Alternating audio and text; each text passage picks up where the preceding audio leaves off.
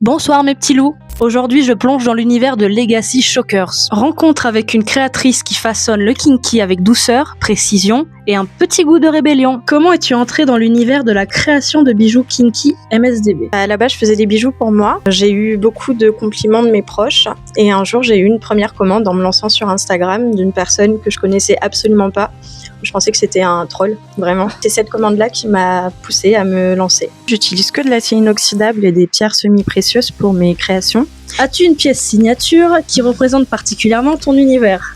Oui, c'est le modèle qui marche le mieux et qui est hyper vendu et qu'on porte toutes les deux, du coup. Les rebelles. Et les boucles d'oreilles, ouais. Comment gères-tu la frontière entre l'accessoire artistique et l'objet potentiellement fonctionnel dans un contexte MSDB? Alors du coup, à la base, c'était pas du tout branché là-dessus, mais j'ai fait des modèles qui peuvent être utilisés pour jouer. C'était pas du tout pour ça à la base? Non, à la base, je voulais des bijoux que tout le monde puisse porter, tout le temps, n'importe où, et peu importe le style ou le milieu. C'est juste que forcément, c'est à mon identité, donc je fais des créations qui me ressemblent. Est-ce important pour toi que tes bijoux soient aussi portables dans la vie quotidienne, hors scène MSDB? C'est le plus important pour moi. Je voulais vraiment que ce soit possible pour tout le monde et tout le temps et par n'importe qui.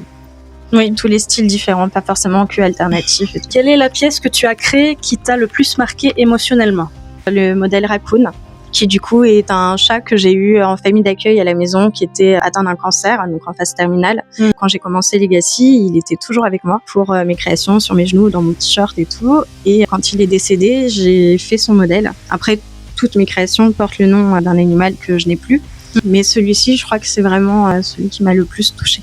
Quel conseil donnerais-tu à quelqu'un qui veut se lancer dans la création d'accessoires alternatifs? Honnêtement, de foncer. De pas prendre en considération les personnes qui vont pas être bienveillantes. Globalement, le milieu l'est quand même. Non, si on veut le faire, il faut le faire. De toute façon, personne le fera pour nous. Et je pense qu'il en faut plus.